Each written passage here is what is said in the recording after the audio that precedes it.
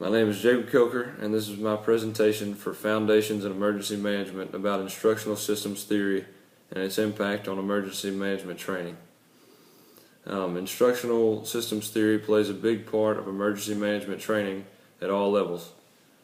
For an emergency to be managed correctly, people have to know their roles and meet expectations and guidelines that have been created for them to follow. Emergency management ideals have obviously been adopted from the instructional systems theory. Emergency management is an organized analysis, planning, decision-making, and assignment of available resources to mitigate, prepare for, respond to, and recover from all effects of all hazards. The goals of emergency management are save lives, prevent injuries, and protect property and environment if an emergency occurs.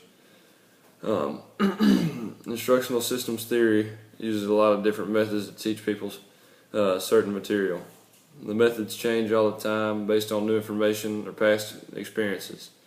Examples, the government uses that all the time, and examples of that are even the creation of FEMA by President Carter in 1979 to handle these emergency situations better.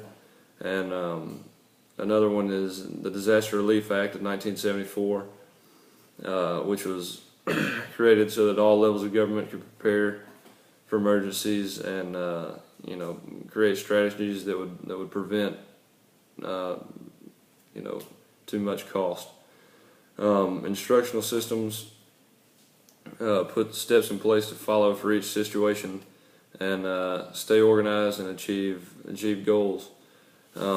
Examples of that are the mitigation, preparedness, response, recovery to emergency situations. Those are the 4 phases of emergency management.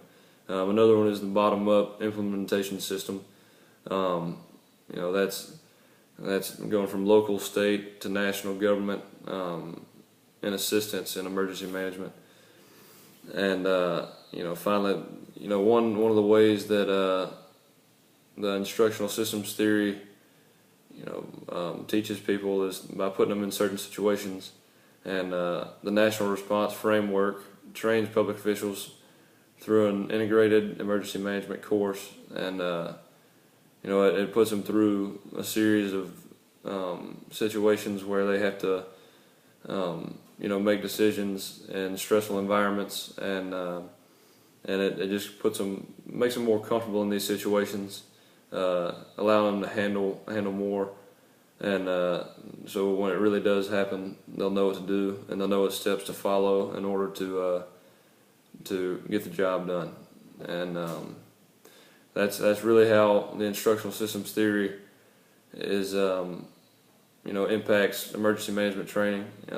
It helps people understand what their role is, and gives them a base or a foundation to follow in order to help out people in emergency situations. And it just removes more human error by giving them a given set of rules and guidelines to follow.